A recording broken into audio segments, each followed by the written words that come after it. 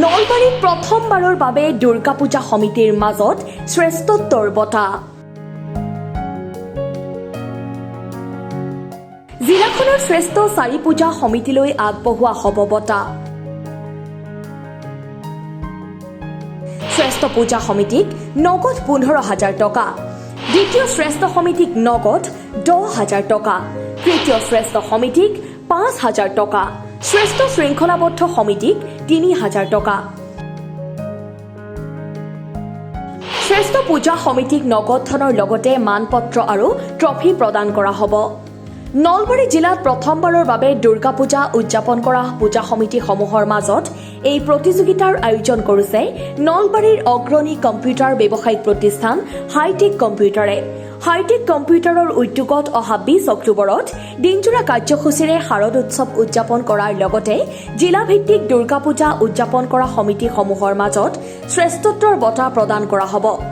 Hi tech কম্পিউটাৰে আয়োজন কৰা শাৰদ উৎসৱত অসমৰ কেইবাগৰাকীও কবি, সংগীত শিল্পী, নৃত্যশিল্পীয়ে অংশগ্ৰহণ কৰিব।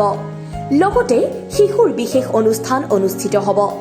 উক্ত অনুষ্ঠানতেই পূজা সমিতিসমূহৰ মাজত বঁটাসমূহ প্ৰদান কৰা হ'ব বুলি হাইটেক কম্পিউটাৰৰ সঞ্চালক মৃণাল শৰ্মাই জনাইছে।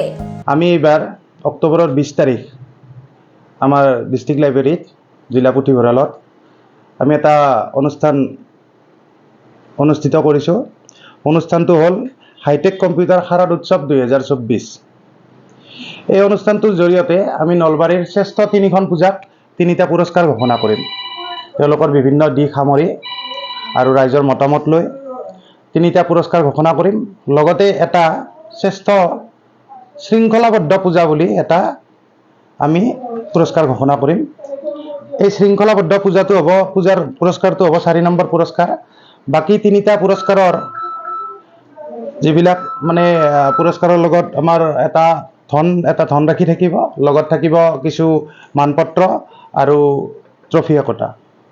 আৰু এই অনুষ্ঠানটো মই কোৱাৰ দৰে 20 তাৰিখ অক্টোবৰৰ 20 তাৰিখে আমি অনুষ্ঠিত কৰিব ওলাইছোঁ ডিষ্ট্ৰিক্ট লাইব্ৰেৰীত।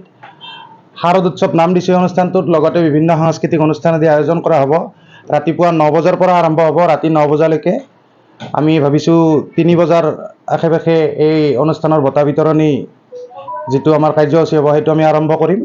আৰু এই অনুষ্ঠানটো আমি হাইটেক কম্পিউটাৰৰ ফালৰ পৰা চলাই নিয়াৰ বাবে আমন্ত্ৰিত কৰিছোঁ নলবাৰীৰে কেইজনমান ককা, মোৰ দাদা, আৰু তেওঁলোকে পৰিচালনা কৰিব। বাকী জুৰি কমিটিৰ বাবে কিছুমান মানুহ নিৰ্বাচিত কৰা হৈছে, তেওঁলোকক আমি চিনাকি কৰি দিব খোজা নাই ৰাইজৰ লগত। তেওঁলোকে নিৰ্বাচিত কৰিব কৰি শ্ৰেষ্ঠ 3খন পূজা আৰু এখন শৃংখলাবদ্ধ পূজা এইখিনি এই অনুষ্ঠানটোত বাছনি কৰি পুৰস্কাৰ দিয়াৰ ব্যৱস্থা কৰা হ'ব।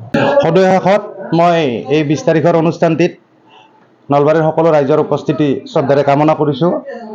আৰু এই অনুষ্ঠানটো যদিও হাইটেক কম্পিউটাৰৰ উদ্যোগত, ইয়াতে মোৰ দাদাকেইজন জড়িত থাকিব, মোৰ পৰিচালনা সমিতি যিখন আছে আমাৰ সেইখন জড়িত থাকিব। সম্পূৰ্ণ সহায় সহযোগ কৰাৰ আশ্বাস দিছে তেওঁলোকে মোক। আৰু অনুষ্ঠানটোত অকল হাইটেক বুলিয়ে নহয়, বিভিন্ন অনুষ্ঠানৰ থাকিব, তেওঁলোকে সহযোগ কৰাৰ আশ্বাস দিছে।